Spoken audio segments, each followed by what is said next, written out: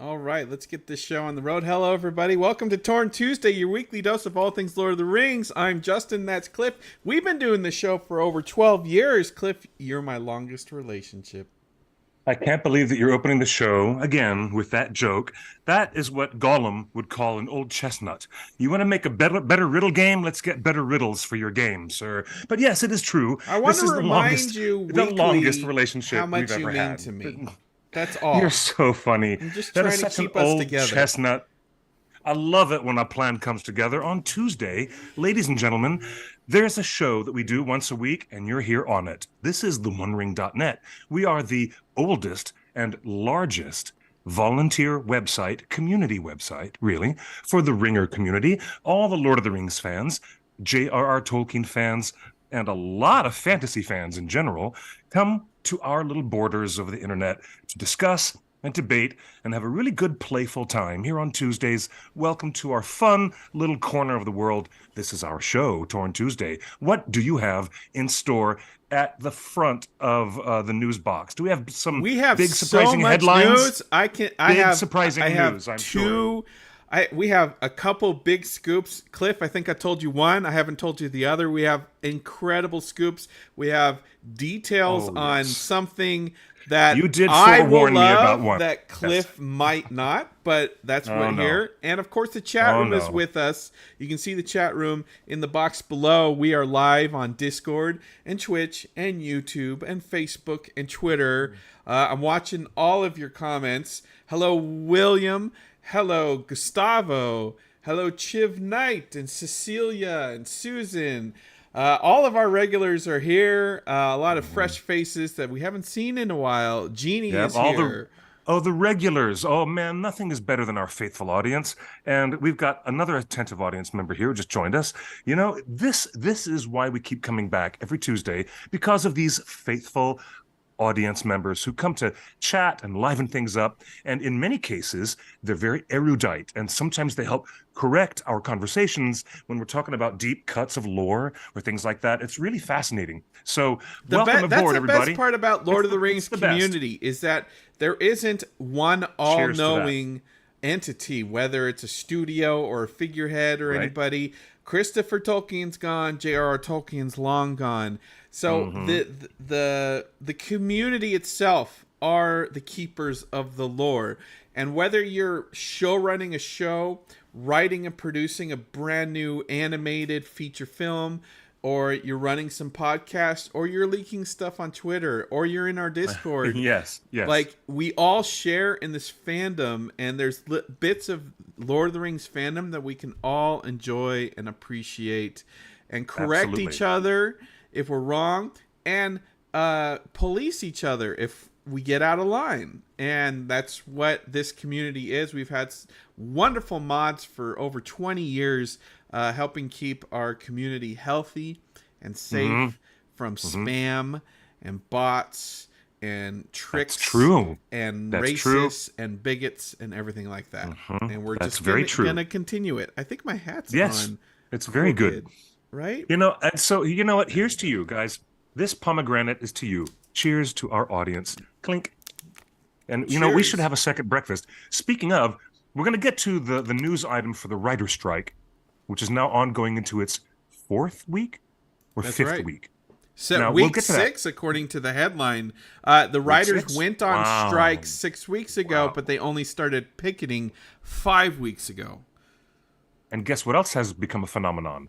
Among the picket lines, different fans of different big shows have come together to do events to help support all the writers who are out there marching in the heat all day. And they've been bringing food and helping get items and bottles of water to the thirsty marchers who are marching against their evil overlords right in front of the studio entrance. And guess what? It's our turn. It's time for the Lord of the Rings fans this coming Friday, believe it or not, in front of the Culver Studios lot of Amazon Prime Video, where the Writers Guild of America is going to continue a picket line, an active picket with a Lord of the Rings theme. And so we're bringing some New Zealand food items for those picket line attendees and all the picketers who are marching in front of the Culver Studios. And we're putting out the energy. You guys want to come and join us? We've been in touch with Sean Astin. We do not have any confirmation yet, but we've been talking to a couple of other actors, people you know, familiar faces from The Hobbit and Lord of the Rings trilogy, and they're coming out in solidarity of the writer's strike. And they've got a food truck, they're going to have breakfast burritos, and a New Zealand dessert, very famous, called Hokey Pokey, which is going to be there. And a bunch of ringers got together on Twitter. It was, believe it or not, organized by the Torn Tuesday co-host who shared the limelight with us for a year or two. That was Chelsea Schwartz, who you guys might remember was on our live show. And she helped organize a really fun little fan gathering. And I myself will be there too this Friday at the Culver Lot to help the picketers. We're going to see if we can talk to some of the Rings of Power writers. I hope that I get an opportunity. If any of the writers from season 1 of the Rings of Power are really out there in person, it'll be a real nice chance to show solidarity and to talk to them and you know, bounce some good energy with them. So just putting that out there for you folks. You should all come and join us if you're in the Los Angeles area. If they're not, how can they help? How can they support the writers?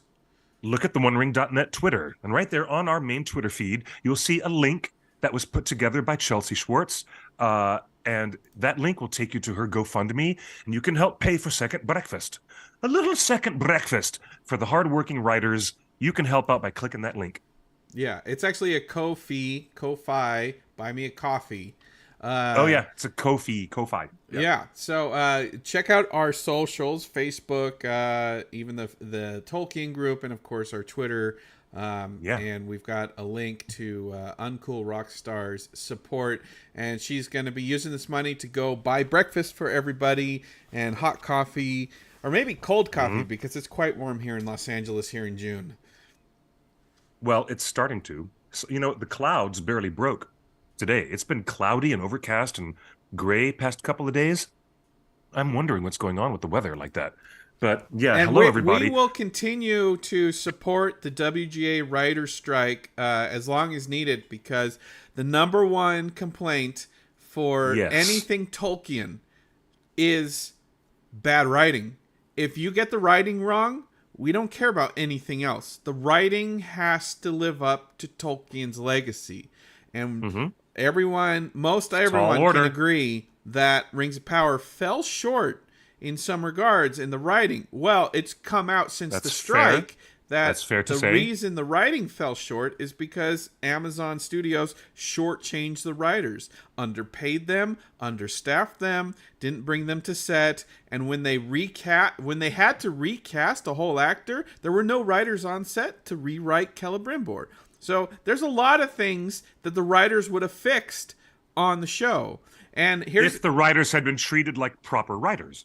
Yes. Right. I'm in support of what you're saying. Yes. So I wanted to give every week we're going to give you a little taste of why the writers are striking and what all this means, because a lot of people around the world, and I see you guys watching from the UK staying up late or waking up early. Thank you so much. A lot of people may not understand all of the technical union Hollywood language jiggery-pokery going on of, like, what does it mean when they're striking and why are they striking? Well, this week we've had, in previous weeks we've had videos from David Simon, the creator of The Wire, explaining why they're picketing and why everybody deserves. That was a hugely educational moment for me. I learned so much context in a very concise way from watching his video, and I'm really glad we broadcast that. Yeah. So this week I've got a little sample before we move on to all of the crazy news that's going on for the show and for the movie and for a lot of other stuff. So Cliff, the first thing we have is Julia Fontana explains, in summer 2020, I worked a 3-week mini room for Apple TV. The showrunner, 3 other writers, and I were tasked with breaking an 8-episode season and then writing 4 episodes in 3 weeks. Writing. So basically, when they say breaking, that means figuring out the core storylines of all the shows. So not writing all the dialogue, but basically getting your story outline for an 8-episode season and then writing 4 episodes in only 3 weeks. in only 3 weeks. That is devastating. That is not how you support your writers in a position where you're setting them up to succeed. That is where you're setting them up to fail. I hate to say it, but this kind of conduct that Justin was just explaining in this tweet is shorthand for saying they gave us way too much responsibility and not enough staff and not enough time, and the expectations were sky high. And why is this so familiar? Because it's the exact same complaint that other writers have experienced on season 1 of The Rings of Power. And that's why we're talking about it on our show for the Lord of the Rings fans. If you want to understand why any of the writers are marching out there and doing picket lines, it's because you can't sustain being paid an hourly rate as a for-contract writer instead of getting booked properly for a period of time, and then all development is taken away from you. All the time to evolve and work and develop a show to be the height of success, where narrative threads make sense, where people in the writer's room can track and understand large story arcs for many characters over a lot of programming time. You don't give them enough time, and you don't give them resources to do that. No wonder the product ends up becoming what it becomes in the end. That's right. Well, so we have Helen Chang here. Helen Chang is one of the senior writers for Rings of Power Season 1 and Season 2. In fact, she has a full credited episode on Season 2. I believe it's episode 2 or 3. She was a very, very important part of the Lord of the Rings, Rings of Power writers' room. Here's a story she just told yesterday. This is very revealing, yes. So, to explain the mini room, she says, it's Bad Apple Day. So this story is from a mini room from Apple TV. First, we only had 5 writers total, including the 2 showrunners. So that's a lot less than Rings of Power had. Rings of Power had 2 showrunners and like 8 writers. So, but this one, Rings just needed more writers because it's Tolkien's Legendarium, and there are so many characters and so many actors. Anyway, she goes on and says, for this mini room on Apple, we had only 6 weeks to break the entire first season, which is basically we had a month and a half to create the entire story for a season. And she says 6 weeks is not enough time to break any season. But this show in particular required a lot of research. 6 weeks is not enough time to break any season, but this show in particular required a lot of research. I can tell you right now, Cliff, Lord of the Rings requires a lot of research. Yes, it certainly does. You can never have enough research into Tolkien. And if you're going to get it right, if you're going to even crystallize the material down and succinctly build it back together in little readapted parts, that's never going to work if you don't have extreme familiarity and enough of a brain trust. You need to think about amalgamating writers in a room as a larger brain trust. If one person misses out on an important narrative piece of the story, somebody else in the room will remember. That's why you have them there to back you up and say, but wait a minute, we did something in season 2 that would completely make no sense at all if we do this in this episode 7. I meant to say episode. Imagine doing something in episode 7 or episode 8 that blows up something that you planted as a seed of the story in episode 1. You don't want those things to happen. You don't want dead loops. You don't want dead ends. Kind of like a blood sword that is revealed with a little boy's blood, but then doesn't pay off because any blood will work, but you never really explained it. Helen, Lord of the Rings, Rings of Power writer Helen Chang talks about this Apple show. She says, I was researching before the room started, during the room, and after the room ended. Why? Because after the room wrapped is when I had to start writing my episode outline. So she hasn't even written dialogue yet. She's still only 6 weeks, and she hadn't even didn't have even time to write a whole script for her episode. Naturally, this required me to work on my own, including Zoom calls with the showrunners and talk through the notes. This should count as rune time, but it didn't because they weren't in the room. I worked hard for that show because I loved the material and the other writers. I mean, everyone that works on Rings of Power should have this mindset. I joined Rings of Power because I love the material and I love the writers. So there's a lot of parallels between Amazon. So unfortunately, with the Apple show, it was not greenlit. They loved the writers feel it was really good, but that Apple show, but the actions that she's describing parallel what Amazon did for Rings of Power with a mini room. Yes. And then Helen goes on to say, many weeks after the room wrapped, I asked to get paid, and they weren't paying me, and then they asked to pay me. Basically, and so Helen's final thought: the mini room situation has got to be curbed. These short weeks are not enough for us to do the work required, and it just makes us work for free for the promise of catching the carrot. We also need increased transparency in streaming numbers and viewership. Yes, I agree. I agree with all of that. So, absolutely. Cliff, Amazon had announced that this was going to be $1 billion show up front and the most expensive TV production budget ever made. What carrot was there? I don't know. I can't imagine even. All right, look, you know what my position is, and I think it is reasonable. This is not something that anybody else would say is unreasonable. Seriously, even though I'm deeply ingrained in this community and in this fandom, and it might sound like, oh yeah, Clifford, that's something you would say, especially on your show, but I think anybody with some plain Hobbit sense would agree with me and say the same thing as this. You've got $1 billion show, and you're throwing all of your resources at The Lord of the Rings because you want to do it right. And you want to step out of the door with your best foot forward. You want to do it right. Okay? Given that you're allowing that much money, that much in terms of budgetary resources, why the hell wouldn't your first investment with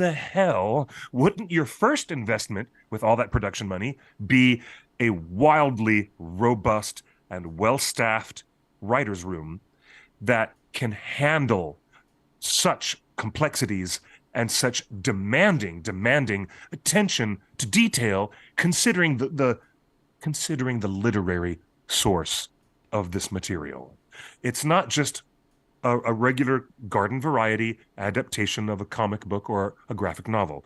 This is an adaptation of a serious piece of literature. It was only everyone's surprise that J.R.R. Tolkien succeeded in the 1950s in publishing, in terms of publishing only, that fantasy broke into the mainstream, and it was Tolkien himself who proved beyond a doubt that fantasy could be very, very, very successful in a big commercial breakthrough kind of way.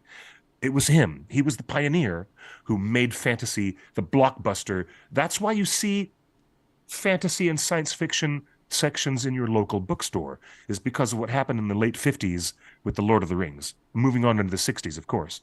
But knowing that you're adapting, you're not adapting a poetry, a piece of haiku. You're not adapting a short story that tells the story of a Little Mermaid in less than 65 pages, okay? You are adapting one of the biggest pieces of successful literature that transformed the planet and transformed the industry of publishing and transforms the lives of those people who read. So if you're not going to take that kind of a literary approach with your resources and put your writer's room first, put the writer's room first. Tony Gilroy, the power of the writers, It doesn't matter that Andor was made under a limited budget. It also is impressive that Andor was made under COVID conditions, with all the restrictions happening on their production. Well, guess what? The writing, the powerful of the writing, the power of the writing was first and foremost. And so if you're going to staff the writers' room and give them the proper resources so they don't get burnt out, so those people don't miss, they just need more opportunities. time writing. They just need more time, but that takes money. That takes money. What's the problem here? They didn't have a shortage of money, did they? Yeah, that's what's crazy. There's no carrot with Lord of the Rings. This is the franchise of all franchises for Amazon. They announced that they're going to spend billions on this show. They're going to make it the tentpole. There was no carrot. They are committed to this series for at least 5 seasons plus spin-offs. There's no carrot for like, oh, it might get canceled for season 2 like Netflix does. Like that situation Amazon, was not in the air. Jeff Bezos himself guaranteed that this show isn't getting canceled. They're going to fix it. And so this carrot idea of like, let's throw together a mini room and maybe we'll give you an episode is terrible. And look, the chat room is acknowledging, as we just did, every single review, whether positive or negative or neutral or hate tuber or love tuber, said the writing missed. And now we know why the writing missed. It's because the studio didn't hire the writers for long enough time to tell this complete story. And then we heard David Simon explain that when things go wrong on set, like you lose an actor for Celebrimbor or he's not working out, you don't have writers on set to rewrite that entire character. And you can't ask that of the showrunners because they're busy show running, making a bunch of creative decisions and doing so much other stuff that they don't have time to focus on the write. We've heard over the last 5 weeks, we've heard from multiple writers and directors and showrunners explaining that actors know their characters best, but writers know the story best. And when the story fails and you have terrible lines that describe poop and pee jokes and, you know, unfounded mithril things that no one can trust, that the showrunners even tell you don't trust that, that's because the writers were let go too early. So that's basically it. Final couple things on the writer strike this week. Who Made the Sign is not only amazing, it's educational. Of course, that's a classic meme. Stop trying to make mini rooms happen. And of course, here's another thing from Howard Rodman. These signs are great. These signs are great. Julius Goat, who encapsulates the producer's point of view. I am not a screenwriter, but I am a writer. So I've been watching with interest this growing contempt for human creativity. This idea that the act of creation is a formula, and the people who create are not the source of value, but a cost. And this growing desire to do away with the people who do the thing that makes so much value to us. I want to reiterate this idea that the act of creation is a formula. Cliff, on previous episodes, we've shown that Jeff Bezos himself said he knows how to make a hit show. There's a formula. And he demanded that a formula be adhered to. He demanded a formula be adhered to. Yeah. And Cliff, what did Tolkien call himself when it comes to Middle Earth and the Legendarium? He had a term. He called himself a sub-creator. Why? To Professor Tolkien, the idea of creation was a deeply spiritual concept, and it was tied into his faith. And as a devout Roman Catholic, his faith had an expression of spiritual wonderment that God was able to create heaven and earth and all the things within. And the power of creation is unique in that it is now given to human beings. The human beings who are capable of sin, who are capable of error, are also capable of creation and acts of beauty. And being a sub-creator, to Professor Tolkien, was an act of divine inspiration, but more, perhaps, an act of divine tip of the hat. If he could call himself a sub-creator for creating Arda and Middle Earth, all the languages and the histories and all the many lives of those people within it, if he could create that, it would be to him a great honor, a great way to honor, as a sub-creator, to honor the superior creator. And doing that was very satisfying for Tolkien. And it makes the expression of this much more personal than can be accounted for. It means that you have to regard the artist who you hire, the writer that you hire, who is an artist. They are searching parts of their soul sometimes, and they're experiencing parts of themselves that is creative beyond an aspect that can't be measured. There's no technical, physical way to ever measure this. It is just spiritual sometimes, but it is also a fascinating way to unlock human potential. I think that the AI conversation we're having now, and I read a lot of artists who are disturbed by the idea of AI and chat GPT, which is just regurgitating known idioms and known forms of expression and known language. It's not creating anything new at all. It is working within the boundary of everything that existed before and trying to represent it to you in a formulaic way that it thinks you might recognize and be able to digest. It does not experience the creative power and the creative spark that a human being does. Look especially at the way that Professor John Ronald Reuel Tolkien regarded his sub-creation of Lord of the Rings and Middle-earth as a divine act of response. He felt so humbled by the power of God, that his response was, maybe I can create something and it can inspire human beings into this place of consciousness. And that's what every piece of media related to Lord of the Rings should strive to. Obviously, not everyone's going to hit that. Absolutely. But that's the goal. That's the high watermark. If Tolkien can strive for that, certainly everybody can.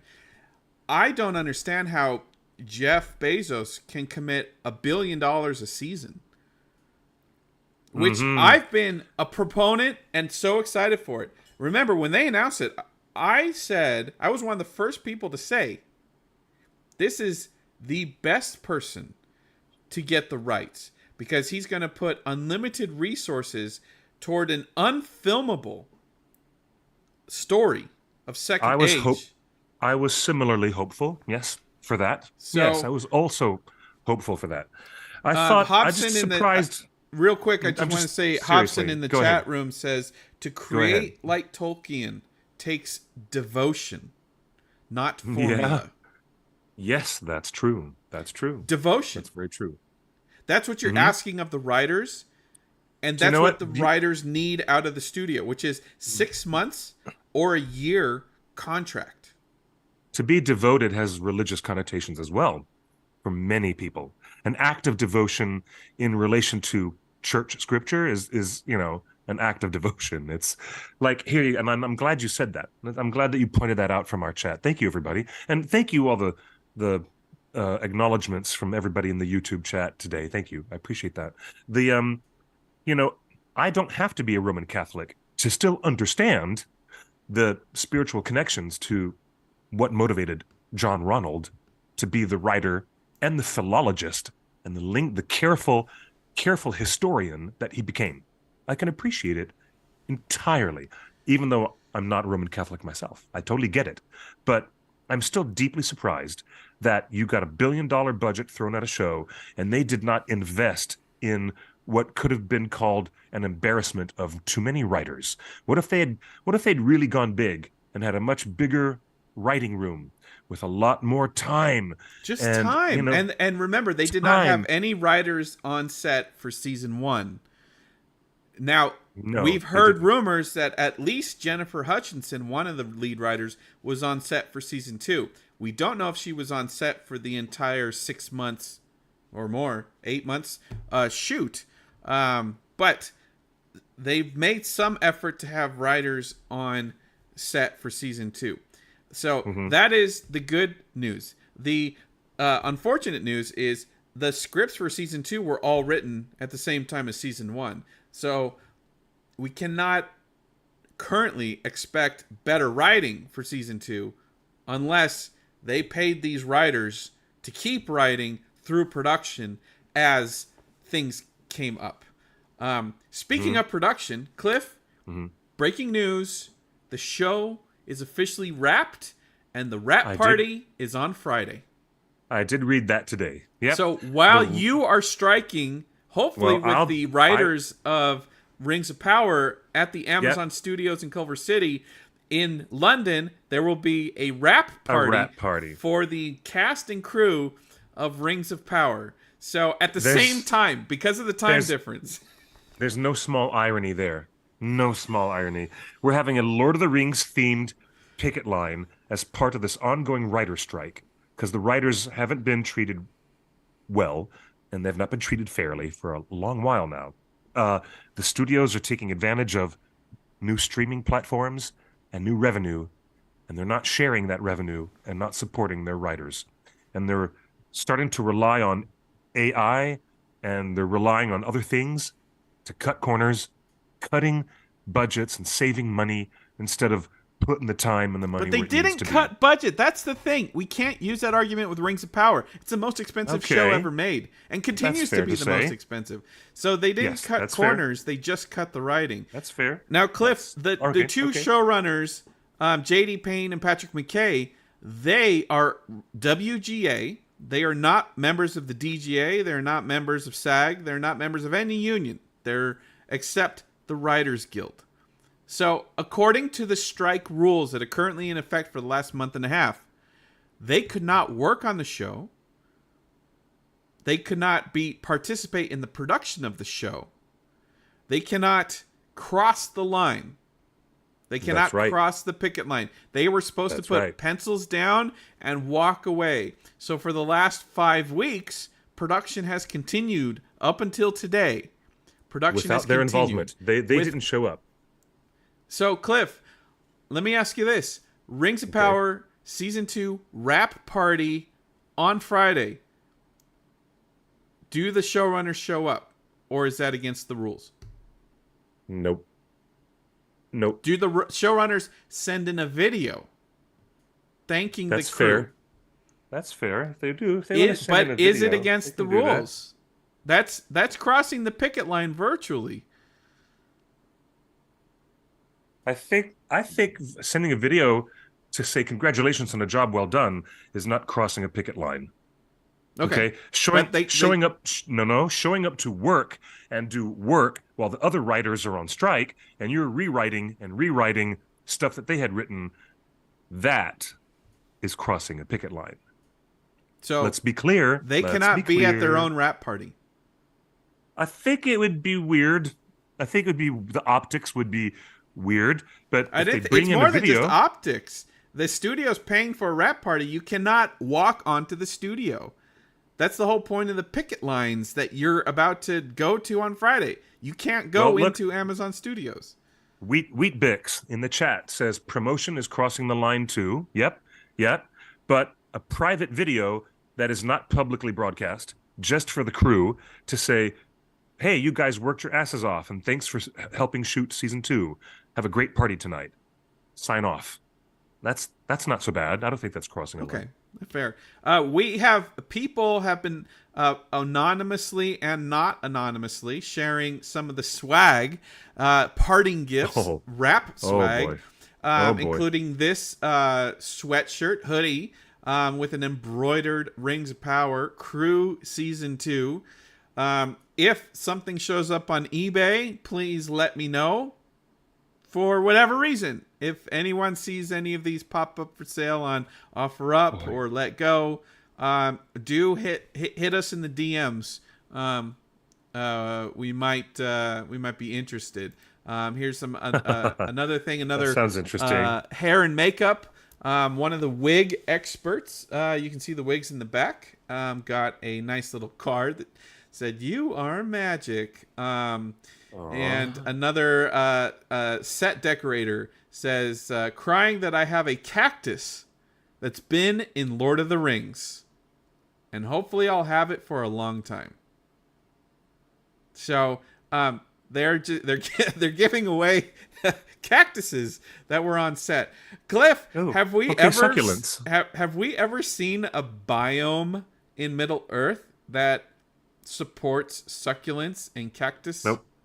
No, no, not yet. But that doesn't mean we actually thought Rings of Power was going to take us way down to the far Harad, the Haradwaith. It'd be so interesting to go to a really arid climate and see if there were desert biomes there. But we haven't been there on camera yet. We have not. At Rune, maybe? Yeah, maybe to the east, maybe to the far east of Rune. Maybe Rune is going to represent more like the high mountainous steppe, the mountainous steppe. Maybe. I don't know. That's right. But I'm intrigued by all of this. Another crew member says, saying goodbye to the forest that we've spent the last 6 months trekking through, endured every weather condition, nights, rain, Oh, wow. snow, laughter, allergies, delirium, mud. It's been a blast, but I'm ready to put the wellies away for now. Wow. Congrats to the cast and crew of Rings of Power Season 2. We're very much looking forward to your your work and the continuation of the exemplary look and feel of Middle Earth, which everyone got so right on Season 1. And we know the pressure that you have for Season 2, living up to the New Zealand's huge watermark. Still, complain as we might like to about shortcomings in the writing, but that's because things didn't get enough time and attention. We also love to talk about how gorgeous the photography and the music and the production design was, because there's endless praise for all that stuff. All right, it's time for some news. We can confirm that one of the Saurons of the 3 that we reported last week. Remember, last week we reported 3 Saurons in season 2. Multiple Saurons. Yep. 3 Saurons in season 2. Yep. We have Halbrand, of course. He's returning, Charlie Vickers. Yeah. The second Sauron is Annatar. Excellent. Good. We are really getting Annatar in this season by name. That should put to rest any speculation that they did not license the name of Annatar. Correct. Okay? And so we've pulled up the people in the Discord. Again, if you haven't joined Discord, there's a whole spoilers channel where everyone's just gossiping about every little detail and morsel and what it means. And Cliff, let me see if I can bring this up. This is from an old interview. I think this is going to cause people to re-examine all of Halbrand's scenes. So I want to walk through the character's journey with you. What's your understanding of his introduction on that raft? Did Sauron put himself there to meet Galadriel, or was their meeting, as she puts it, arranged by higher power? The answer from the showrunners. Or no, wait. The answer from Charlie. I believe Charlie Vickers, the actor, responded. So I know the answer to this, but I think that question is best left unanswered right now. This was last October, because we find out that backstory in season 2. That question will be answered in due time. So this confirms what, Cliff, you and I have been reporting for over 6 months, that season 2 is the same story from Sauron's perspective. Literally Sauron looking at camera saying, so you might want to know how I got here on this raft. Well, it's kind of a long story. I would not want them to go back and have season 2 begin with, how did I get here? This isn't my beautiful car. This isn't my beautiful wife. I don't want season 2 to open up like that Talking Heads song. Okay. Okay. Why And don't you want that? I mean, how did I get here? And you may ask yourself, this isn't my beautiful car. This isn't my beautiful Galadriel. You So know, so Cliff, I'm sorry. what are we to I make don't of want this that. headline back where it says Rings of Power season 2, Sauron will be like Walter White, Tony Soprano, and the Joker. That sounds intriguing. Look, if they've confirmed 3 Saurons, then I'm going to tell you guys, just repeating myself from last week, but the 3 of them should be only 3. No, I don't need any more, but there's Halbrand. We got him. Annatar. He's the And Walter there's White. Annatar. He's kind of the good Yeah. guy. Uh-huh. And then there's Sauron himself. So if we get 3 Saurons, I really think that the third one should be the real Sauron, the way he really walked on stage in that brief glimpse in episode 1. The way he shows up at the last alliance of elves and men in Peter Jackson's prologue in The Fellowship of the Ring. I really think it would be just Halbrand, which I didn't need to deal with, but if Sauron found it was useful to dupe Galadriel, great. That was his whole crazy plan. But you'd have Halbrand, Annatar, and the third and final should be Sauron himself. What do you think of that? Should Would you like that? Annatar Would you like that? should Annatar be more like the Joker or like Tony Soprano? No. What No, part no, of no. his personality is Annatar? The the part of his personality that is Annatar is uh the look, he has a much bigger game plan. I don't know that how I've not understood, even though I've rewatched season 1, I have not understood Halbrand's larger game plan or his relationship with Adar. So what I really understood always from the books was Anatar's plan. You know what I mean? What do you I mean, Well, let's go. what else is there? Well, You're trying I to found another quote. seduce you're trying to seduce all the powerful people of Middle Earth and take over their minds and their spirits with these magic rings and bring them under your control. So you can control all the kingdoms and all the peoples of Middle Earth by controlling all of their rulers, right? It's a lot of rings. I found so Vulture is. did an interview 6 months ago with the showrunners. The question is: Sauron in the books comes to the elves as Annatar, the Lord of the Gifts. Halbrand is Yes. never referred to by that name.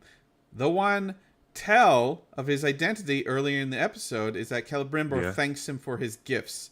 I Yes. hated does. that line, and I think the writers, if the writers were on set, they would have given him a different line because I feel like the line reading was not up to snuff on Celebrimbor mentioning gifts. Patrick McKay, quote, "We were concerned about a situation where part of the audience steeped in lore is 6 or 7 episodes ahead of the characters. Oh, this is one of the most violent this is one of the most violent responses they've ever given. If deception is an important part of the journey, we wanted to preserve that experience for book readers too." Hold on, Cliff, can you respond to this? If deception is an important part of the journey, we wanted to preserve that experience for the book writers too. It's my understanding that Tolkien didn't write the deception for the reader. He did not. He never did. So I don't buy that. Tolkien never deceives the reader. Well, in the phrase that he's using, deception is an important part of the story, let's analyze that. And let's break it down a little bit. I could say, yes, deception is an important part of the story. And the story was that Annatar was knocking on the door in Lindon. He went all the way to the west coast, all the way to see the High King, Gilgalad. And he went and knocked on their door and said, "I've got some wonderful plans and some skills, magical skills, to teach you and your elven smiths how to make magic rings." And Elrond said, "No, not this guy." And the High King said, "No, get out of here." And Annatar was given the bum's rush. and he was told to leave at the front door. Didn't even get in to the coastland kingdom of Linden. No, did he? All this would have been great season 1 stuff, would it not? Because later in season 1, Annatar goes over a little bit west, a little bit eastward. He leaves the west coast of Linden, and he goes towards the Misty Mountains. And then he tries to seduce Celebrimbor, and very much succeeds in getting into relationships and friendships, and starts brainwashing and influencing all the elven smiths. Well, we didn't get to meet any of those elven smiths, and we did not get to see Annatar do any of that stuff. So if they'd have stuck with that, that would have been great for season 1. That would have been true to his point that deception is a part of the story. But the book reader was never, ever, ever mystified. The book reader was told way in advance that Sauron had assumed a fair form and was going and knocking on the doors of the elven kingdoms, trying to get in there and cause a ruckus. Celebrimbor opened up the door, and he kind of let the vampire in, basically. I mean, if that's kind of the analogy you want to go with. He actually opened up the threshold and said, "You are welcome, Sauron," without even knowing it was Sauron, and let him in. So he let the wrong one in, and that is the ultimate tragedy of Celebrimbor. But he opened we, up the the door, audience, and we, the reader, are not always surprised. Knew. We always... No, we're not. We always knew. And that's why we feel bad. That's why we feel bad for Celebrimbor. Is this why you keep anyways, talking about, like, we don't want mystery boxes? It's not true to Tolkien? I'm beating a dead horse by now. I'm sure I've repeated myself endlessly on this. But yeah, I'm not interested in any mystery boxing because J.R.R. Tolkien was not interested in that device. He did not. And I would love to have someone sit down and point out to me, where did John Ronald mystery box something so seriously that all of fandom runs around and says, "Don't tell her what happens on page 174. Because by the time they get to 174, the big surprise comes out." That doesn't happen in our books of Hobbit and Lord of the Rings. We don't have that. We just don't have it. So we do appreciate the intellectual point, which has soft edges, that the way it was put right there in that thing that you read, that quote, was that from Patrick McKay? Yes. Who said that? Yeah, it has very soft edges of logic to say that deception is an important part of the story. Well, now that we've hammered it out and looked more closely at the actual text and the appendices, you know that that does not equate to pulling the wool over the eyes of your entire worldwide audience for many episodes, and seven entire episodes, where you're trying to fool people by fooling Galadriel. It's disrespecting You're trying to the fool audience. Galadriel. Like, disrespect your characters all you want. Don't disrespect the audience. Patrick McKay goes on to say the idea that the shadow can take many forms was part of what we were attracted to, as we all are. The legit, reference... That's legit. Yeah. McKay continues, the reference to gifts by Celebrimbor in that line is a nod to the Annatar of it all. There are more gifts yet to come. So, yes, they are planning to reveal Annatar. They always were. It's right there. And so all of this discourse that the fans have had, like they don't have rights to Annatar, they literally talk about it right here in the Vulture article. I just want to take a moment on a meta point, Cliff, is that everything that is being debated about the show has to be resolved or pointed to an article or an interview by these showrunners. And I don't know if that's because the quality of the filmmaking, or it's because the writers weren't involved long enough to resolve all these questions that us fans have. Yeah. That the showrunners have to explain the show in a dozen interviews, and they give a little piece of the puzzle all over these different interviews. It's like, it's exhausting, and it's not fun. We just want to go to Middle Earth and have some fun. Get a little angry, get a little mystery, whatever. But don't mystery box us. And don't explain the show in interviews. Go back to the editing room and explain the show in the show. I want to understand the show. That's so funny and true. Funny and true. Okay, I get that, and thank you for saying that. I can. So Yes, he did use cliffhangers. Yeah, Tolkien did use. Notice the most noticeable cliffhanger is in between the end of the Two Towers and the next book, which is The Return of the King, and that's the chapter called "The Choices of Master Samwise." And that's where Samwise has this massive internal struggle to decide, is Frodo dead? He really is. If he's gone, can I carry the ring and do it the rest of the way? Can I save Middle Earth by myself? Or maybe not. Maybe maybe Frodo lives. And then he finds out Frodo is alive. And when he finds out Frodo is alive, he's like, shall I rescue him? Can I do it all by myself against an entire guard tower filled with 100 orcs or more?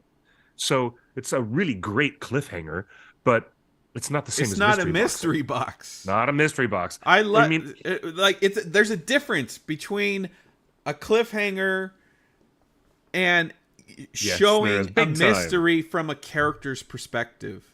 Here's what's ironic. Because Professor Tolkien was so particular and demanding about getting the appendices together, the actual cliffhanger from the Two Towers stayed for a long, long, long time in the publishing world.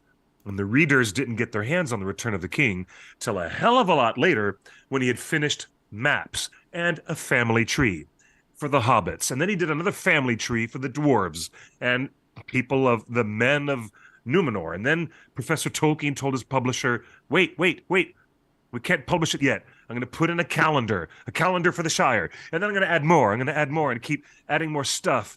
And everybody out in the world was just like, they wanted to know how the choices of Master Samwise would end and what choices the character would make to go and rescue Frodo in the end of the story. But they couldn't find out for a long delay period because Tolkien was so meticulous in his exactitude about what he wanted to do before publishing the third Well, book. speaking of delay, Cliff, I want your reaction right now. According to Fellowship of Fans, new scoop Yeah, on Sunday, yeah. Annatar reveals himself. Annatar is revealed midway through the season.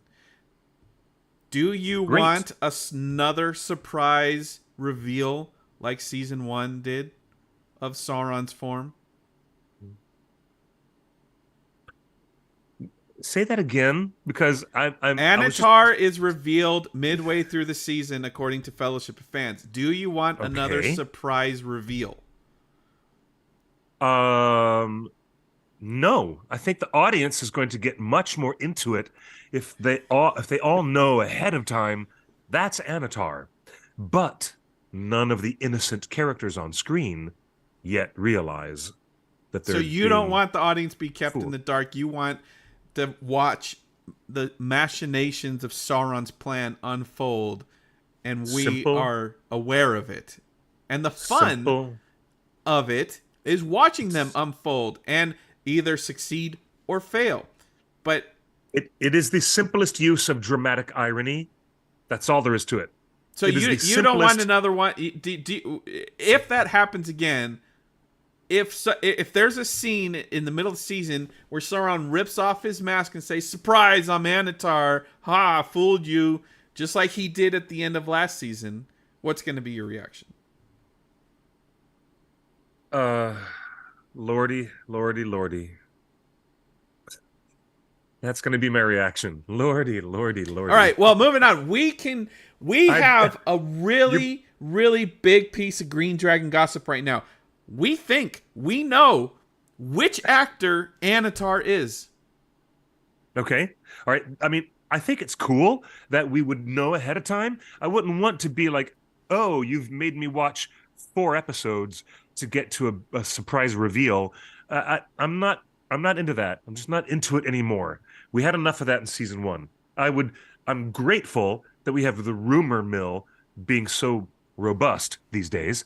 Tell us. Let's talk about this. Who's this actor gonna be Well, taking on the role of Annatar? Let's the do it. the original the fans on Discord this weekend were considering, and I think Fellowship of Fans hinted at, the Dark Lord might be a darker person. He is described, Fellowship of Fans describes the character, the actor, as fair. Fair and beautiful. Uh-huh. So a lot of people, a lot of fans were speculating that one of the 4 people of color, men of color, that have been announced for season 2 might be Annatar, might be Sauron. Super cool. Let's do it. So one of the announced people for season 2 is this actor Gabriel. I'm not even going to attempt his name because I will mess it up. But he's a British Nigerian actor. I don't think Yazin Zaitz Ator is it. And nice.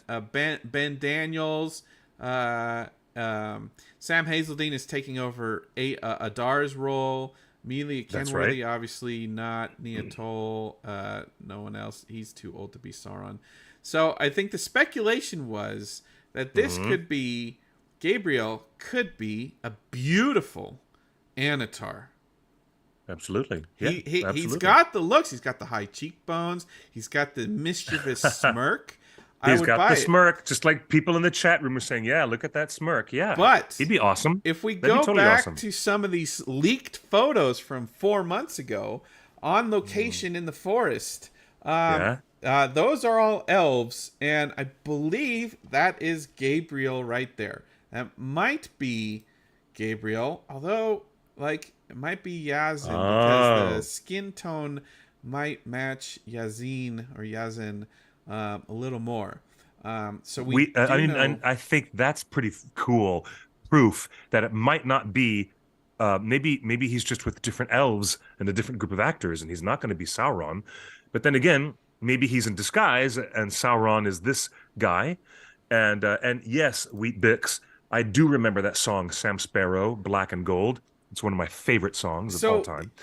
And we have reports that would be really cool. Fellowship of Fans is reporting that the costumes that Sauron wears, Charlie wears, include black and gold.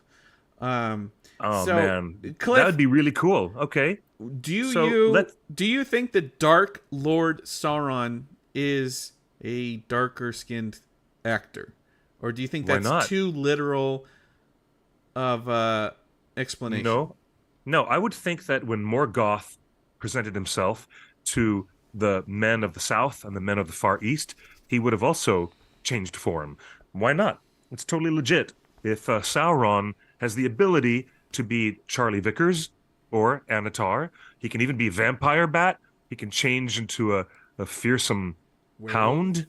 Yeah. All that stuff that Sauron can do. Heck yeah. Let this dude be Annatar. That'd be cool. That'd be totally cool. So follow me here, Cliff. I mean, it would probably piss off a lot of rage tubers who have nothing better to do with their time than make I'm not really looking forward lame... to that discourse if Sauron is But that's that's just saying meta. But that's just saying we know how predictable those things are, and therefore they're easier to ignore. Much easier to ignore. Because it's just let's nonsense. Look at this. Cliff, do you remember this? This was back in, I believe, February. ROP updates. I believe Drew might have posted this. But this was February 28th. This was not part of the official Amazon announcement of the 20 new cast members. So this came separately. Okay. This is a leak. This is a leak. This is not official announcement from Amazon. This leak says this actress and character, this actor playing a mage, and then this actor, Charlie Rich, an unknown role. Okay. So follow me here, Cliff.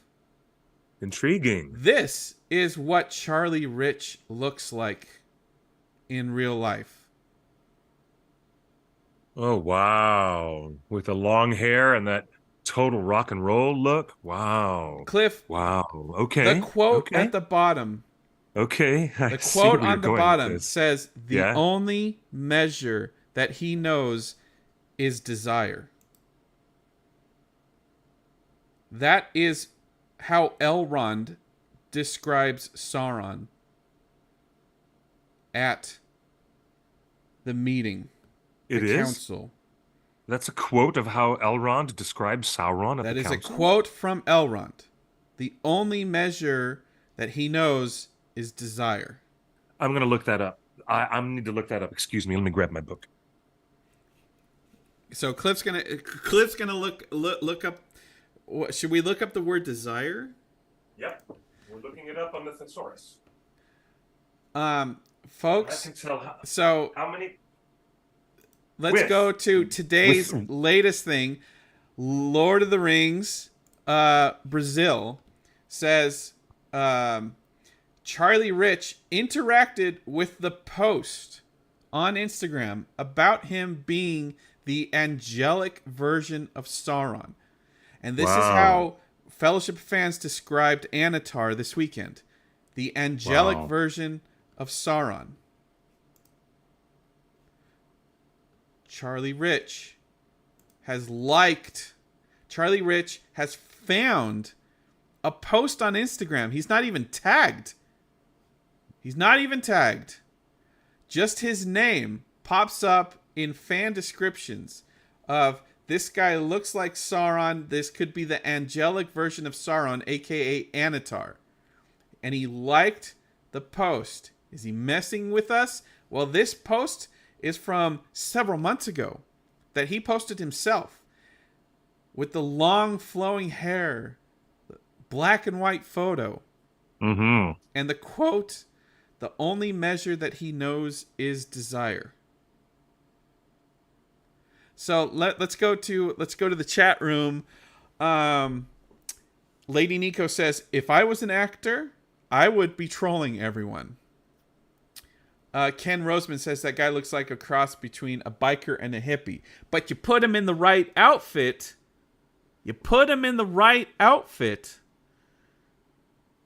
Mm-hmm. That looks like a guy I cannot trust. Annatar. Otaku Senpai asks, Annatar the gift giver or Myron Sauron in flashback? I think he's a gift giver. And the quote is, the only measure that he knows is desire. That is desire. Desire a gift. There is no quote from Elrond that describes him like that. That quote cannot be attributed to Elrond. Sorry. Ah, really? Yep. Are you sure? Yep. Why did you think it would come from Fellowship of the Ring? That's what Discord was saying. Really? I don't see that. Maybe I'm not seeing it. And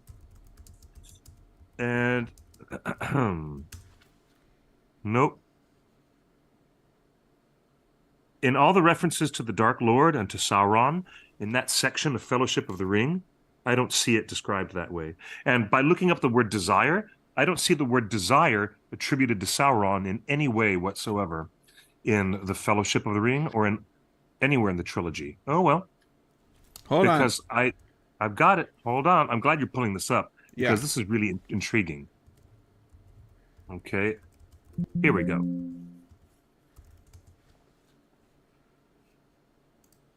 Nope. Despair or folly, Gandalf said. It is not despair, for despair is only for those who see the end beyond all doubt, which we do not. It is wisdom to recognize necessity. But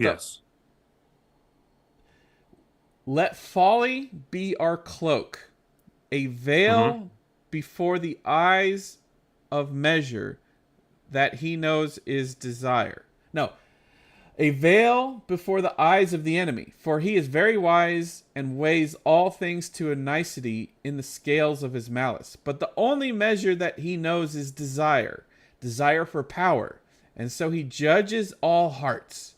Into his heart the thought will not enter, that any will refuse it, that having the ring we may seek to destroy it. If we seek this, we shall put him out of reckoning. Oh, really? Okay. That is Gandalf's actual quote at the council. of Elrond. Okay, so it wasn't Elrond who described him that way. All right. All right. Okay. Okay. The chat room is way ahead of me. I found it. Folks, is this confirmed? I want to know your opinion in the chat room, folks. With that quote, that hair, that picture, is this Annatar? Give me a fire emoji in the chat room. Oh, you know what? I was looking in the wrong spot. But the only measure that he knows is desire. Desire for power. Yeah, it's on page 282. I found it. I was just looking in the wrong spot. It is correct.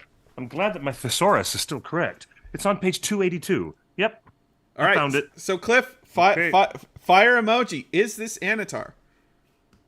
Yeah, I think if you want that really, really awesome, like heavy metal version of Sauron, that's the guy for the role. That's really gonna be kind of badass. He is so heavy metal, and I want to see Bear McCreary dressing up as him to do Sauron cosplay. That's what I want to see. Cliff, people in later chat on. room are asking, could this be Myron? I thought Myron was a little redheaded kid. No, that could be the original angelic form of, Sauron before he became Sauron. Imagine showing him as I don't know. Are they ever going to show any of the gods and goddesses, the Valar? Are they going to show? Can they? Do they have the rights to that? Well, there was a strange silhouette of Morgoth above the two trees. Remember that? They put that silhouette of Morgoth in the clouds. This is a face I cannot trust. Like, he looks like a gift giver. Like, well, he reminds me of a lot of those popular paintings. There's a lot of paintings and in the history of Tolkien illustration and Tolkien artwork. Annatar has been often shown to be that kind of a guy with the long hair and the Raphaelite, symmetry in his face, all that stuff. All right, so Cliff, back to Wow. Gabriel. You don't have any problem with either of these actors playing Sauron, aka Annatar, the Sauron form. Do you have a personal preference? Would you like to see a guy like Gabriel step up into the Great Dark Lord, or does Charlie here fit the classical mental image that most people have? Look, I don't have a problem with it anymore after season 1 because now I see what they've done. We just know that he could just be anybody. So that's fine. Yes, both of those actors and more. If you want to have other actors show up and surprise, they're going to be Sauron for a few scenes and just really muck things up, that's fine too. What I am against is the audience not knowing and the audience being cursed with trying to figure that crap out. Go ahead. Have both of these extraordinary actors. Have the one who's white as porcelain and have the other actor who has all that melanin in his skin, all these beautiful people, both of them. Both of them can play a version of Annatar. Why not? That's fine by me. What I would complain about is the mystery boxing of the writer's approach, but that's another part of the story, huh? All right. Well, that's our big green dragon gossip today. We believe, and again, Lady Nico, you might be right. This might just be an epic troll. And if I was a young actor that was trying to just make as much noise for my infinitely small role, and knowing that we don't have any official information, I wouldn't put it past Amazon, though, to not tell us the actor, to not announce the actor that is playing one of the 3 forms of Sauron. I think they would get a hell of a lot more mileage if they announced it way, way up front. This is our dude Annatar. Watch how he messes up everybody's lives. That's the story we want. But don't you think because hardcore fans are anticipating Annatar for so long, don't you want to save that for the show? The release of that energy for for actually watching the show in universe, or do you think we would have a way better time knowing in advance and getting ready for the performance of a lifetime? Don't you have a way better time when Darth Vader makes his dramatic entrance in A New Hope? He walks into that hallway, and you know he's the bad guy that you're gonna be rooting for. Do you put it past Amazon to purposely leak wrong information and keep us guessing? Yeah, I'm sure they've leaked a lot of wrong information all over the place, but do you enjoy the guessing game? No. I think it'd be a lot more effective, and I'd be way more into it if they were like ahead of time saying, "Hey, here's our first interview with Annatar," and have it all be clear and in context, so that when the people are on the red carpet, or the entertainment journalists who don't know any better because they're not hardcore Tolkien fans, imagine them asking better questions before the show. Hey, let's learn all about. Yeah, exactly. Also, do you want fans to talk about your show and like, this is must-see TV, everybody tune in this week? Tell us who Annatar is, what episodes he's coming in advance. If you save it for a secret, you will get none of the buzz that Succession gets. Like, nothing. Exactly. And thank you, Anonymous Girl. The guessing game sucks. It sucks. This sucks. You know, awful. We put on a smiley face and we think we're having fun. And, you know, Amazon marketing people might be in our Discord, like watching all the fun erupt. It's not fun. We're just bored. Like, because we're not rewatching the show that much. And most of us haven't even finished it. It's just boredom. It's not fun, all these guessing games. It's so much more fun if you tell us, meet Annatar. Yeah. Now we will devour his old film archive on Amazon Prime streaming or Freevee. You know, like, that's the fun. Absolutely. Take us along for the journey. Don't surprise us. Thank you, yes, for saying that. Well said. Okay. All right, moving on. I got someone in the chat said, "Is there any news about the War of the Rohirrim from the Annecy Festival?" Next week. What's today? Next week. Okay, next week. Next week. We won't have it for next Tuesday because I believe the showing is next Wednesday or Thursday. But folks, we just got confirmation that the One Ring is in. We will have a person on site in France to see the very first footage of Rohirrim. And we will try to get a report published on the OneRing.net as soon as freaking possible. Cliff, do you remember when you were the first to see any of the Hobbit high frame rate footage at CinemaCon and you furiously were typing because you had no photos or video? You just had to describe? Yep, I remember that very clearly. Imagine getting to see all those things and not have your laptop with you, and you have to make mental notes or paper notes. God forbid, write paper notes like they used to do.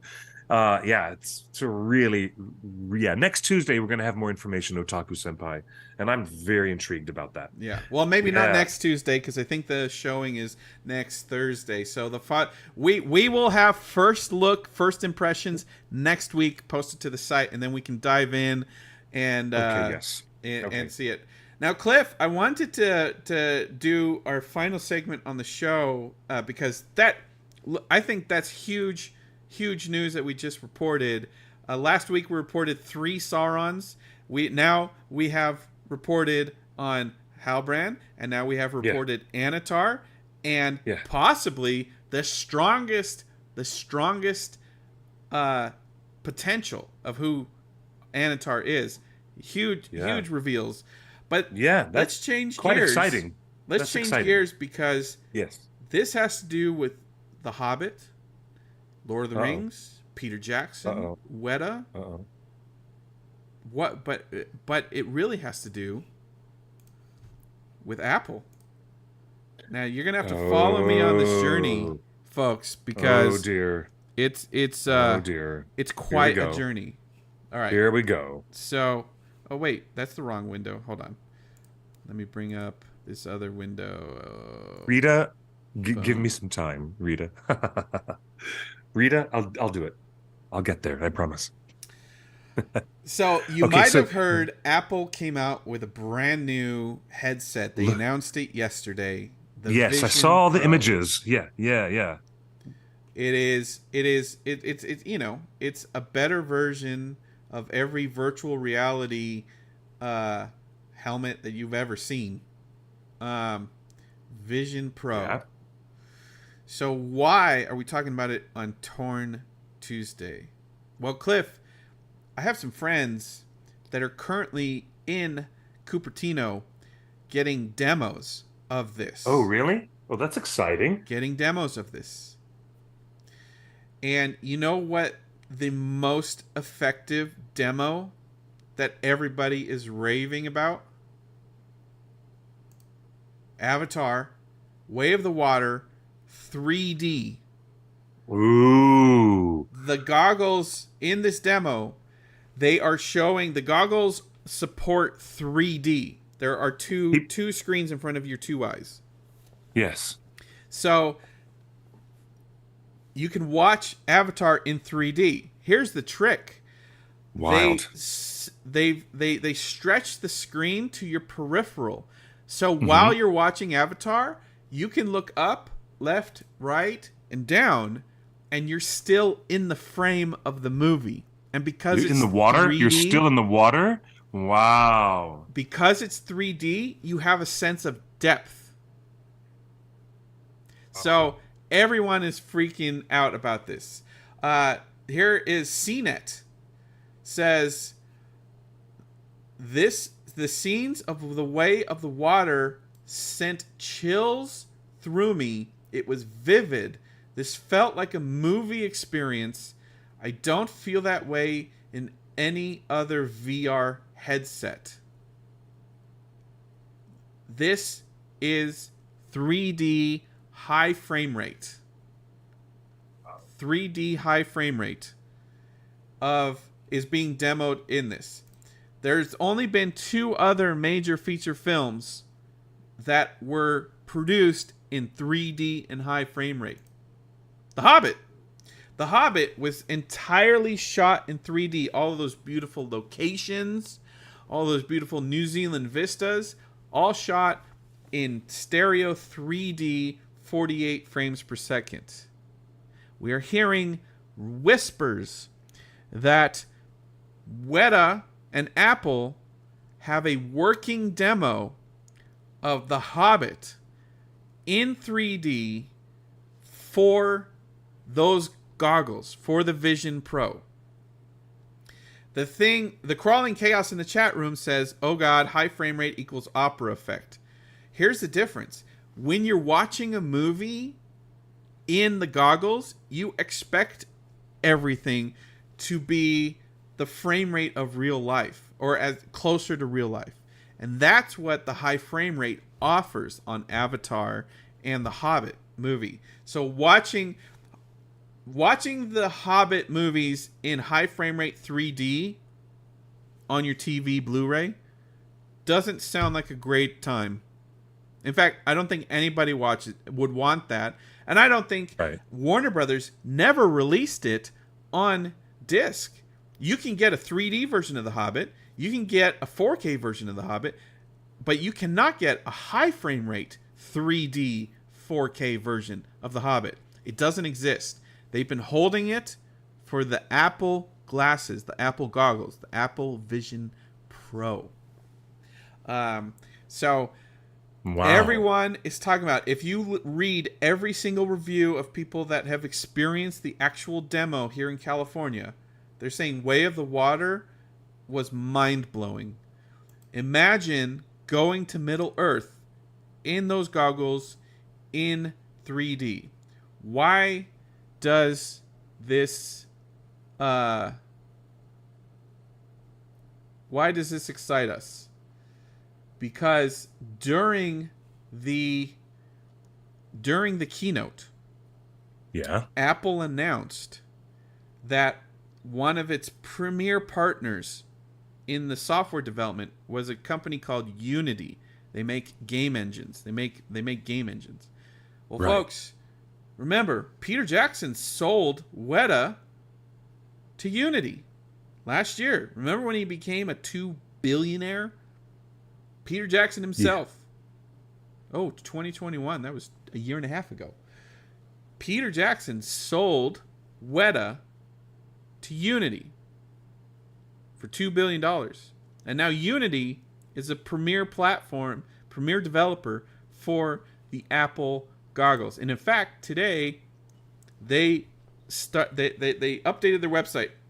Get started with spatial creation. Be the first to create for Apple's Vision OS platform. Folks, you see where I'm going here? Yep. I see exactly where you're going with this now. Weta Digital, let me remind you, back in 2015, we reported on Weta Digital partnering with Oculus for a VR experience. Cliff, do you remember this? At the I distinctly remember this, yes. Game Developers Conference, there was a entire Smaug's Golden Horde VR experience. Yeah, they say, I remember that. At the time, they said it was the best virtual reality experience ever created for virtual reality. We don't have any video. We don't have any photos of the actual experience. Man, I hate these pop-ups. The VR experience is set in the Lord of the Rings universe, with viewers taking on the role of a hobbit thief. It begins in a massive treasure chamber, one so large I had to crane my neck to fully see it all. Dimly lit piles of coins shimmered under my feet. I could see even dimmer caves in the distance, set off by massive statues on either side. I had to physically turn around to take it all in virtual reality. Oh, how fun is that? That is so fun. Some of the coin piles began to move, with gold sliding down toward my virtual feet. Smaug, an enormous dragon, pushed his face out and began to swim around the coins, Scrooge McDuck style. He began to speak in a thunderous voice. His movements and voice became increasingly aggressive, so much so that I caught myself stepping back as he moved. Smaug moved in after taunting me for a bit, placing one of his massive eyes directly above my body as he scolded me for breaking into his chamber. His face was massive, so big I had to turn my head all the way up and swing it back and forth just to take it all in. The level of detail in his close-up with his astounding every scale and tooth was photorealistic. This is what Weta was building in 2015. It is now 8 years later. Peter has sold Weta to Unity, and Unity is now building for the Apple Pro. Wow. Okay. Start getting hype, folks. Now I need to buy one of these ridiculous headsets so I can do The Hobbit in complete immersive virtual reality. That would be so cool.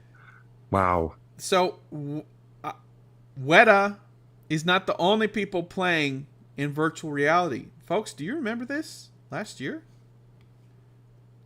When Rings of Power, Amazon spent a bunch of money building a virtual reality experience for the Oculus Meta. It was called a home environment. It's basically your when you first, I guess when you go into when you put on the goggles on the Oculus Quest, you can choose different environments. That is your like home. So you remember this, where you could walk up to the edge of Casa Doom? Amazon built this. Can you imagine, folks, now that we're watching this video, Cliff, imagine that you can watch Season 2 of Rings of Power in an Apple headset inside Khazad-dûm. That would be worth trying for the novelty of it. I'm totally willing to try this out and see what it's like. But I can imagine it's the quality of immersion must be really next level, especially if the Apple device has been designed. And I looked at it carefully. There are cameras, and there are cameras on the bottom, on the outsides, on the edges, everywhere that is covered, because evidently this Apple device can combine regular augmented reality, like when you play Pokemon, and you see that there's a Pokemon character on your street, and it's augmented and it's based on your reality where you're walking, but it's also a different reality than in the gaming universe is probably going to be catching up to this new technology in surprising ways. But if they want to use feature films like Avatar and The Hobbit to get consumers interested at like the baseline level, then I'm all for that. I'm all for a new, experience to see these movies in a new way. I want to be that Weta experience. I want to be that Smaug experience. I want Smaug to breathe down my neck like that. I also want to live in Rings of Power. Varking, I saw you in the chat room earlier today. Like, imagine Varking sitting on his couch at home with the Apple headset on, which will be out in time for season 2. Being able to pull up and watch Rings of Power season 2 inside Khazad-dûm like this. Yeah. Well, so isn't it $3,500 like someone just said in the chat? Crazy expensive. No, come on. Do you want to buy a cheap used car to get your college kid around town while they're starting their freshman year? Or are you going to blow that on a VR set? Come on. And then here's feedback. There was a demo that I did where I stuck my hand out. A wall on the other side of the room opened up, and a dinosaur was back there, and a butterfly Have a good night, flew Otaku out. Senpai. I held out my hand, Thank you for staying up and so the butterfly late with flew us. up and we do landed want to on my acknowledge, finger. hello, It all our could European, track and see all that information and the volumetric, Asia, all the computation Africa, to make that happen. Europe. Was amazing. We're staying up into the but when the butterfly way landed and I morning didn't hours. feel anything, there was that moment of hours like, of the oh morning. right, this Thank is a you for VR being with us headset. on But the then show. number 2. But why am I the one who's more interested in theatrical applications than gaming applications? All right, that's just me. It might be a weird take, and I know it's not going to earn me any new friends in the VR community, but I'm sort of interested in exploring Miyazaki animation through VR, so I can feel immersed in these colors and these abstractions. I'm interested in revisiting classic films that I love so much, like Milos Forman's Amadeus or Stanley Kubrick's 2001. These are fascinating classic movies that I would like to see perhaps in a new way. I mean, of course, the gaming aspect is there, and there's a lot of other applications as well for VR, especially if you're going to med school. Imagine you're a medical student. You can use the VR for wild neurosurgery and training while you're in college. I get the applications for that. But skipping all the conversations about gaming, I'm interested in the theatrical experience.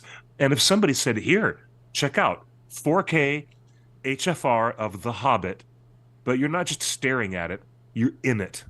Look around you in the Shire, or look around you in Mirkwood. Some people in the chat room aren't into that, Cliff. I mean, I know. They feel like watching movies is a passive experience. The idea of like having to look around the screen all the time would not be fun. I get that. And hey, I get that. That's fair. That's totally fair. I guess it's not going to be for everyone. Some people might have a limited aptitude or rather a limited appetite and an aptitude for VR. And maybe they just want to play a quick game for 10, 15 minutes. That was a fun game. And then pull that damn helmet off and let me get some fresh air again. I understand. I get that. I got a friend of mine. She's 75. We tried to put her on a VR experience for a humpback whale. All you do is standing on the stern of a sunken ship, and you turn around, and a beautiful humpback whale goes gliding by in the waters under the deep. And she felt so physically uncomfortable, like kind of phobic. She had a response to putting on that VR helmet, and it was like, whoa, don't even want to bother with that. I get it. It's not for everyone. But for me, I would have the patience and the interest, for the novelty at least, to check out some cinematic experiences in a new VR way of doing that. I mean, I'm intrigued. And to show how important this is to Apple, today they announced that they have acquired the headset firm that did the Mario Kart ride at Universal Studios. Now I know Matt, Nerd of the Rings, went there. I've been on the ride a couple times.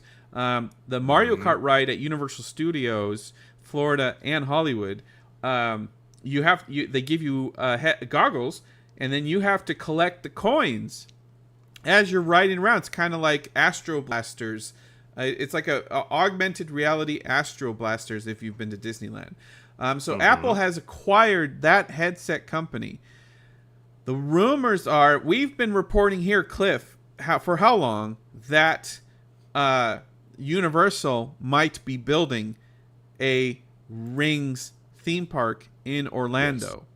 And that is because we made the announcement about the Embracer Group taking the place of what was previously the Tolkien Enterprises organization that was run by Saul Zentz for decades, and his company now giving rights over to the Embracer Group, and those folks saying in their press release, we're also interested in theme parks. I mean, we're not making this up. The Embracer Group has literally said, this is one of the major applications of this intellectual property that we're going to creatively investigate. So they've already warned us. A $3,500 headset for homes is expensive for almost all people. But if a theme park like Universal Studios bought a bunch of them, that makes sense. Imagine a dark ride for Lord of the Rings on the Apple headset using Weta's technology to take us into Khazad-dûm, take us into the Lonely Mountain on a dark ride with Smaug breathing down our neck. Yeah, I'm so there for that. Everyone I've talked to at Universal Studios said Mario Kart is the future of all dark rides, and Universal will be rolling out many more rides that use augmented reality like Mario Kart. So if Universal's doing a Lord of the Rings theme park, Universal's also all in on virtual reality, augmented reality in the ride, and now Apple has purchased the #1 company that makes the headsets for the rides. Yeah. There's a possibility we'll be going to Middle Earth for real in virtual reality at a theme park. Yes, in addition to finally getting a home video release of The Hobbit in high frame rate 3D. There is a lot of possibility for... Hey, Cat. There's a lot of possibility for the theme park, including traditional elements of theme park design, as well as some of the newest stuff that we've never, ever seen before. And guess what? I'm telling you, I would be interested. Weta wants to be in on that. Well, Weta already sold to Unity. They are in on it. They are in on it. Yeah, absolutely. I am interested in watching The Hobbit high frame rate 3D in the AppleVision goggles. I'm interested. I want that experience. I really do. Me too. And if Amazon has all of the money in the world, which they do, maybe they can consider partnering with Apple right now while you're in post-production on your show and turning Season 2 of Rings of Power into the first network television 3D experience for the AppleVision goggles. Holy moly. Can you imagine? Amazon, this is why Amazon, I still feel, could be a good steward of this franchise if they can get their creative act together and start paying people what they're worth, because only Amazon has the money to make a virtual 3D AppleVision experience that I would love. These are pie in the sky dreams, but I do love, they're within our reach. the way you think. They're within our reach. It's happening right now. And I love the way you think, my friend. I really do. It makes for intriguing speculation. The basic trend in theme park design over the past decade has been to utilize projections and LEDs. As even old classic rides like Alice in Wonderland and Snow White, Scary Adventures, they've been recently updated with a whole bunch of LEDs and projections that are combined. It used to be just animatronics, and in the cases of older rides, they were just flat boards that moved in and out of your way, like on Alice in Wonderland or on Mr. Toad's Wild Ride. The concept of using track-free motion cars, you have to look at the brand new stuff that goes way beyond projections and LED. Look at Rise of the Resistance and how they also designed Mickey and Minnie's Runaway Railway. The Imagineers are using new tech of having those magnetic, free-moving vehicles that are trackless. They're no longer assigned to a stationary track. And these robotic moving cars can be programmed to move freely within, a designed space to create any number of patterns or movement effects. And now they're going to take that level of tech, add on the new VR experience that we've seen that you just described at the Super Mario World. I have to admit, I'm a big fan of theme parks.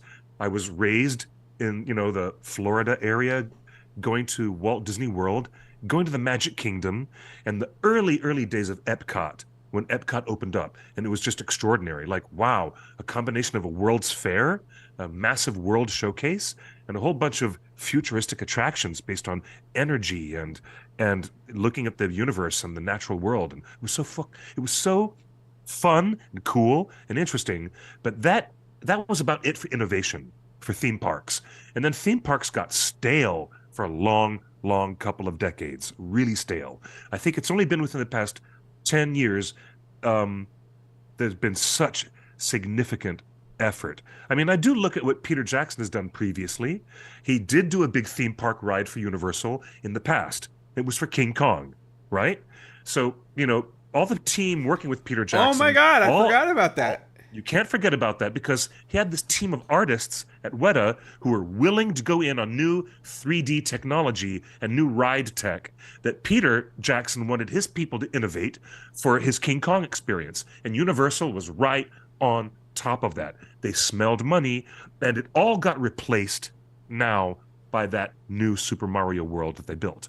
So if in the past they had demonstrated success with the artists at Weta going in and taking a movie property, which was Kong, and extrapolating it into a really successful, high-tech, new kind of ride with new mechanisms and new tech, then don't be surprised they're going to do it with much more verve and much more gusto when Embracer Group gets the paperwork signed with Universal and they start striking new ground in the area to build a new quadrant of the Middle-earth theme park. To tell the truth, now that you brought it up like this, I have never been more confident that it is coming. The announcement is going to be made probably in the next 4 to 5 years. You guys should prepare yourselves. The Middle-earth theme park is definitely coming. It's coming down. They're laying the tracks. You can see that the train is coming towards you now, all right? Especially with this extra stuff we're talking about today. The realization that Peter's HFR footage of the Hobbit trilogy is now an asset. That is a digitized, high frame rate, digitized asset that they can use for so much of Middle-earth for future VR and amusement park ride experiences. Well, Nerd of the Rings just joined the chat. Let's catch him up real quick. Again, a recap of what we talked about on the show. Apple acquires the VR headset maker that made Mario Kart the Ride, a Universal exclusive. And Cliff just reminded us that Peter Jackson partnered with Universal Studios on King Kong 3D, a ride that was in the same location that the Mario Kart ride currently is now. Yep, exactly. So Apple has acquired this. Apple announced the headset. Apple has been screening Avatar Way of the Water, and everyone says it's the best tech demo anyone's ever seen of virtual reality because it's in high frame rate 3D. And I'll remind you that Avatar Way of the Water was produced by Weta Digital, and they shot the whole thing at Weta. The Hobbit was shot with the same exact cameras that Avatar Way of the Water was shot with, HFR 3D. So Hobbit is the next we're speculating movie. that the Hobbit trilogy is going to be available immediately as a viewing experience on the new Apple VR headset.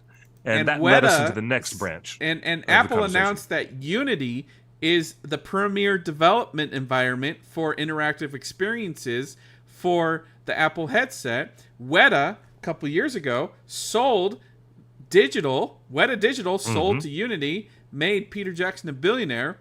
That's right. Unity/Weta now has a website to get started with spatial creation on Apple's Vision OS. Weta, in 2015, created the first and best virtual reality experience of Smaug and his Golden Horde, and the description of this is still stunning 8 years later. So that's the update, Matt, Nerd of the Rings.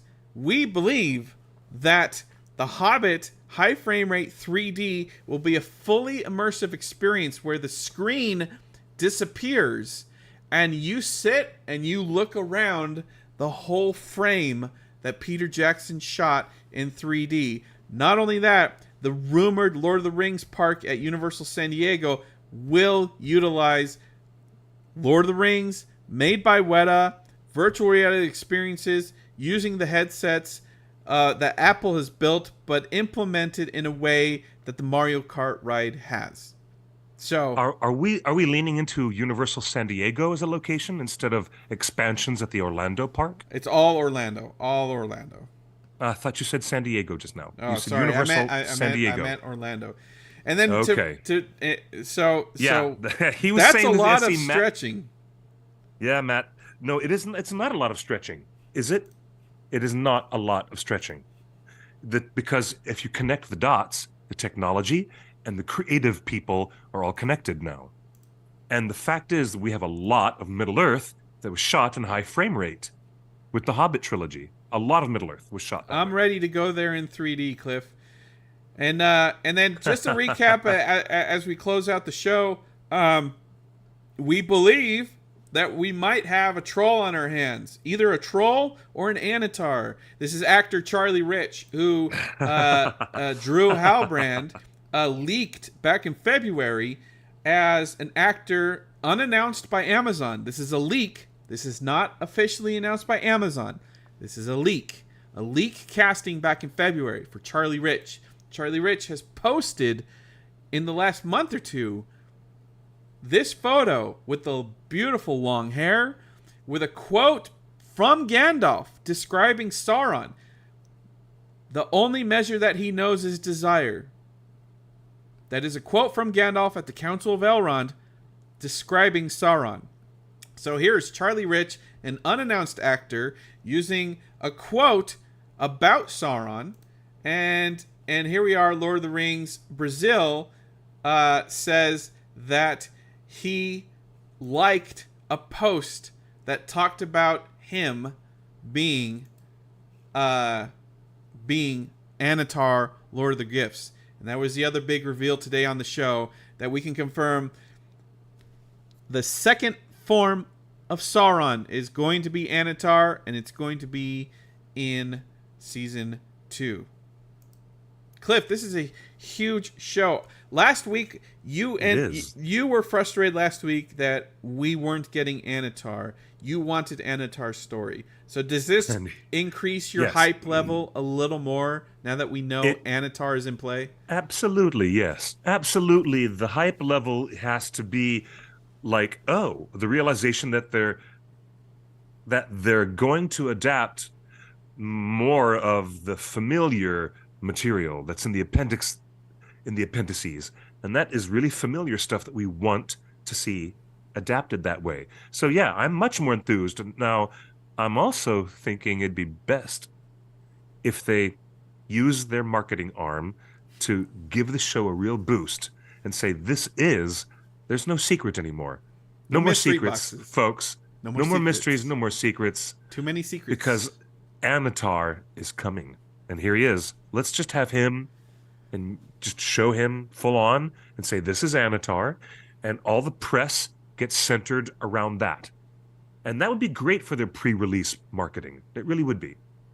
Because if they announce who Annatar is, the mainstream press will start asking people like Corey Olsen, New Betta Do Betta, Nerd of the Rings, maybe Torn. I don't know. The press will start asking us, who is Annatar? Why don't we know anything about this person? Well, because the showrunners, in their infinite wisdom, decided not to share or show you anything about Annatar in all of season 1. The core character of the entire concept of Rings of Power. The core character in the entire concept of... The fact is, the chat room, anonymous girl in the chat room says, they might try to hide Annatar's identity. I hope this isn't the case. I agree. And I'm also going to backtrack a little bit with what she was saying earlier. Anonymous girl and others in the chat were saying the stranger better not be anyone but Gandalf. Sauron. They've already directed Saruman. it. They've directed it that he would be Gandalf. They've already given all the red herrings and all the follow your nose and all that stuff. They've given all that. Again, having a writer all the way through production, maybe it was a last minute change to decide this isn't Gandalf, so take out any mention of his name or something. Maybe they changed their mind. Having a writer on set the writer would give him a new line, like, hey, don't say that, follow your nose, let me give you something else. So but if it turns out to be Saruman, or if the stranger is really not Gandalf at all and they just call him Olorin, then they're going to get away with that and squeeze that off as I've always thought he's Saruman. Name. I always thought he's Saruman because he knows about the halflings, and I think he gets burned by the halflings, and he carries a 3,000-year grudge of, not respecting these halflings because they failed him in something. And I thought it was, and it's true to canon that Saruman was the first wizard sent, right? Saruman was sent earlier than the rest of the wizards for reasons, right? So it's true to canon to send Saruman earlier. Olorin went to visit Middle-earth earlier as Olorin. Way before he was ever going to be sent as Gandalf. So he'd been there to visit too. And I just remember a lot of people saying, if that's Gandalf, shoot me in the face. And they also said, if that's Sauron, shoot me in the face. And a lot of people got shot in the face. That's how we feel about these surprises. People feel like you shot them in the face. Treat us with respect, please. Thank you. And we will end our show on that button. That's a very nice button to button it up. Thank you, Justin, for that. I don't know if we have any other Green Dragon gossip. But That's enough. I just gave you the character you were most requesting, Cliff. Yes, for you did. months. You've been begging. Yes, you did. For Annatar, and it is my gift to you. If he comes out looking like this dude who's totally heavy metal, that would be so badass. That guy who looks like he could do the live action Metalocalypse cartoon show. That guy, bring him back up there. I want my heavy metal Annatar right now. He's super cool. I'm down for that. I'm also down with other castings, but if you want to win the hearts and minds, I was going to say that. If you want to have a cultural revolution around your show, the easy layups. Just sink the bucket. But I love the other actor we were talking about, because we might have three versions of Sauron, and that would be Halbrand, and then an Annatar, and then there'd be the third and final reveal as a real Sauron. Yeah. This guy right here, he'd be totally badass as an Annatar as well. Oh, totally. Gabriel, I can't pronounce your last name, but you'll forgive me. But this is such an easy win that it doesn't require anybody to think and doesn't require any YouTubers to discourse about it. It's just like, cool. Yep, that's Annatar. That's exactly how I pictured Annatar. That's a great casting for Annatar. So do whatever you want with Annatar. You got something right. Oh, you're funny. Oh, that's too much. No, too much. You guys got a lot right, but you got a lot wrong. All right. That's all I have for you this week. Next week, if we can get our report filed in time, we might have a first impression of I'd love that. Rohirrim. First I would impressions. Love that. We have a person going to France. They're on a plane this weekend. Maybe we can coordinate a late night live stream for them. Maybe they can come on the show and give us their emotional reaction. That'd be so cool. Rohirrim. No promises. We're going to work on it, but we will have someone on site to see with their own eyes. Maybe we could keep our secret spy a secret and have them anonymously give impressions, and we could share them in a special show. That'd be cool. That's right. So hopefully we'll have that in time for the show next week. Cliff, I hope this has moved the needle a little bit for you. We're getting we've got 2 out of the 3 Saurons. He's looking like he should. Can he act? I don't know. Does Sauron need to act? No. Does Annatar need to act? Annatar needs to seduce and mentally overcome people who are far more intelligent than your average bear. So yeah, he's got to do a lot of conniving and a lot of scheming and a lot of subterfuge, and he's got to be very good at it. Wouldn't you say, Matt, Nerd of the Rings? You would agree that he is the master of subterfuge. He is Annatar. Imran in the chat room says, now I'm imagining this Annatar is so metal he plays a lute with a Van de Graaff generator type device that shoots out bolts of lightning. You're kind of describing Spider-Punk from Into the Spider-Verse. And my final thoughts tonight are, everybody should go see that movie. Go see it as soon as possible. You will want to see it again and again. Into the Spider-Verse is... I agree. Across the Spider-Verse. It's across. You're saying the other movie. That was from the previous. This is across the Spider-Verse. Is as incredible as the hype believes. Every single character is memorable. And I hope and pray that... I don't know what War of the Rohirrim is doing, but if I can get a little bit of this feeling of creative and technological advancement for the medium of animation, that's what I want out of Rohirrim. If Rohirrim can even do half of what Spider-Verse is doing to further the animation, it's just an incredible movie, and I love Spider-Punk. I agree. The new Spider-Man film, Across the Spider-Verse, is wild and artistic, and it is a huge success. An artistic success in so many levels, and I won't say anything else except who was your favorite Spider-Man? Who's my favorite Spider-Man? The cat. The cat Spider-Man who coughs up a hairball, and it's a mini spider web. Coughs up a quick little hairball, and it's a spider web.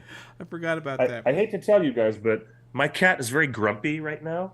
See? Yeah, he's all grumpy right now. I laughed out loud when Peter Parked car showed up. Oh, yeah, that Peter Parked car. Yeah, that was funny. And anyway, no spoilers. Just go see the movie. No spoilers, but good stuff. Good stuff. And everybody, come join us. If you're in the Los Angeles area, we'll be picketing in Lord of the Rings style with our friends. This Friday.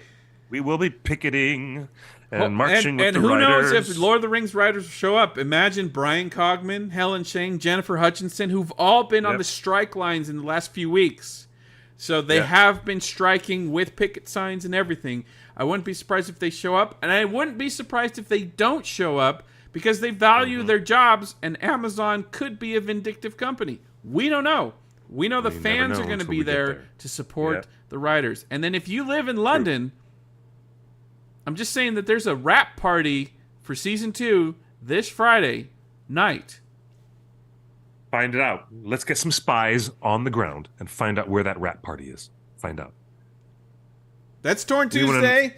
We're here every Tuesday at 5 p.m. Pacific. Cliff, this show is always wonderful. you teach me so much every time, and I'm glad the chat room was here to find that quote. What, a 6-word quote, and the chat room was like, "Oh, Gandalf said that at the Council of Elrond." Like, yep. I want to say thank you to the audience as well, and for the same regard.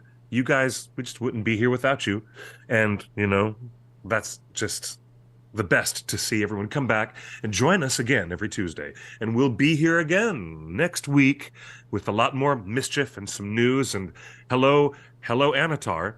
I'm waiting now for the chibi version of Annatar to show up.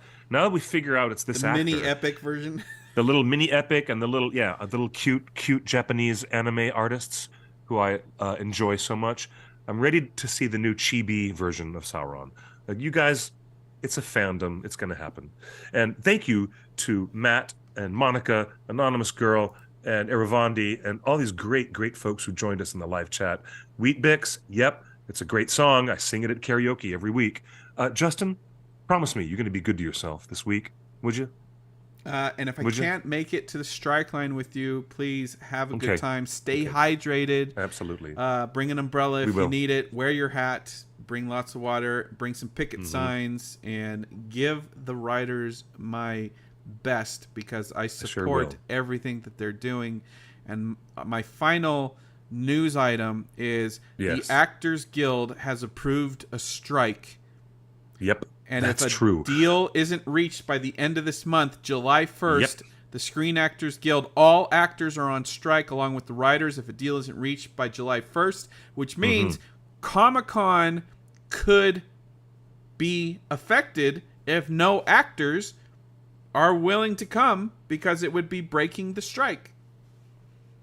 Yep, indeed. Wow, it's wild. And I'm glad we reported on that. Before we close the show, I'm glad we mentioned that the Screen Actors Guild has voted to approve the strike. Holy moly, what's going to happen next, kids? Do you know what? That's fascinating. Let's see what happens as things evolve and change in the coming days.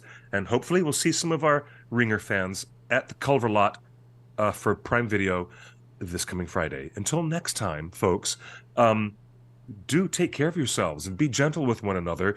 And thank you so much. I mean this really as a gesture of gratitude. I just want to say thank you to this audience for elevating our conversations every time and making it such a fun and dynamic show. So thanks again. It's great stuff. Be good to one another. I'm going to be on my way, and so is Justin right now. But before we sign off, we'll say what we love to say. We'll see you next week at 5 p.m. Pacific time, right here on Torn Tuesday. Follow us on all of our socials. You take out the dot, and it's just the One Ring Net. You can find us everywhere. And please subscribe to our Discord. You can find me on QuickBeam2000 at Instagram and Twitter. And at the end of the day, we'll be back here on the very best current events program. I think we are. The best Lord of the Rings. These aren't AI eyes. This is just my face. This is just super cool that we succeed in bringing so much conversation and content, I think, every Tuesday. And I hear your cat. You better feed that boy. You hear that pissed off cat? Hear that pissed off cat? Yeah, in the background? do. Yeah, he wants to go outside, but he's not going outside. It's getting dark now. And we have coyotes here in this neighborhood, so that's why he never goes out at night. All right, go take care of your cat. I want him happy. Yeah. Hey, everybody, thank you. Namarie, be good to yourselves, and thank you for being part of our little current events program, Torn Tuesday. We'll see you next week. Until then, good night and good luck. Or better yet, buenos noches y buena suerte. Bye, everybody. That's my Annatar. He's so rock and roll.